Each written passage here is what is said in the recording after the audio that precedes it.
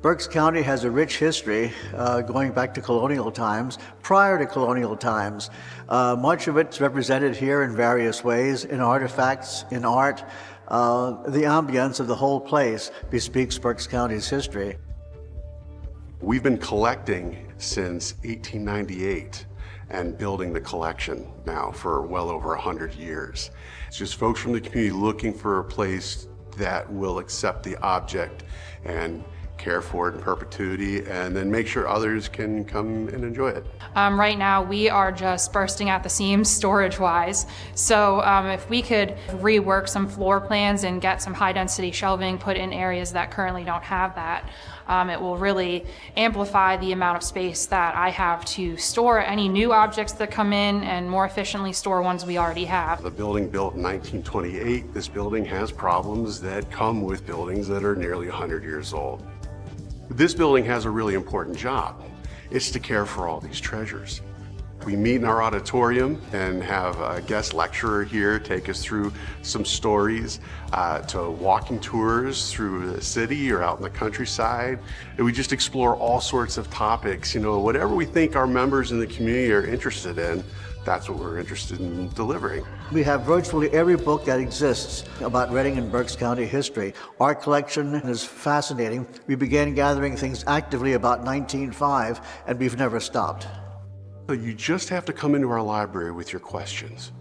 Between our staff and volunteers and the resources we have in that library, we'll take care of the rest. I want to see the story laid out in a way that everyone understands how all of our histories, no matter where we're from, are interconnected. Right now, our timeline sort of stops the early 1900s, and so what we'd really like is to start collecting and telling the stories of those more recent stories, the later 1900s, even early 2000s, and really make more relevant connections to some of our diverse audience.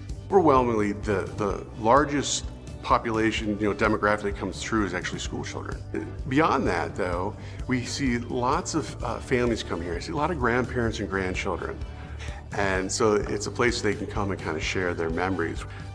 That's kind of the value of a place like the Berks History Center. It is kind of a keeper of the community's memories and a place you can come back to and visit them time and again. You come here and we're going to show you why you love history and why it's important to you, and just serve it up a little different than you might have experienced it in the past. We need an investment of $3 million. And with $3 million, we are going to be able to make incredible improvements to our climate controls. We're going to be able to vastly change and update our interpretation and make significant investments into our library to make sure that it continue to care for all the photos and papers that mean so much to this community for years to come. I hope you'll consider donating to the Capital Campaign in support of making the Berks History Center more relevant for our audiences, that they might come through these doors and see the history that relates to their own, and that we can make our exhibits much more hands-on and engaging for all who visit.